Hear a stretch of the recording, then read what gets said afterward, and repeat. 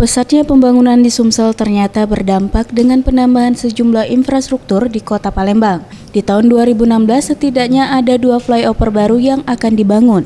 Menurut Gunawan, Kepala Satker Jalan Metropolitan Palembang yang ditemui pada Jumat 7 Agustus 2015 mengungkapkan, 2 flyover baru ini yaitu Simpang Tanjung Api-Api dan Simpang Keramasan Kertapati dengan panjang masing-masing flyover 300 meter. Sementara untuk biaya setiap flyover memerlukan anggaran sebesar 190 miliar rupiah. Dan bentuk rancangan sendiri sama seperti flyover Simpang Polda dan Simpang Jakabaring.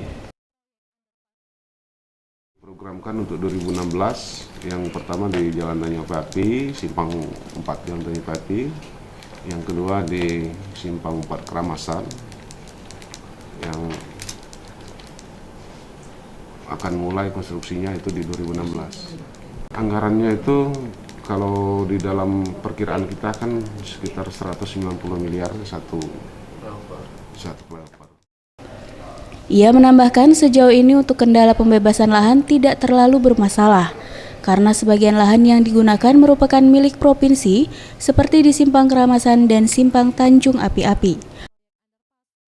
Farel Dwi Satria, Sriwijaya TV.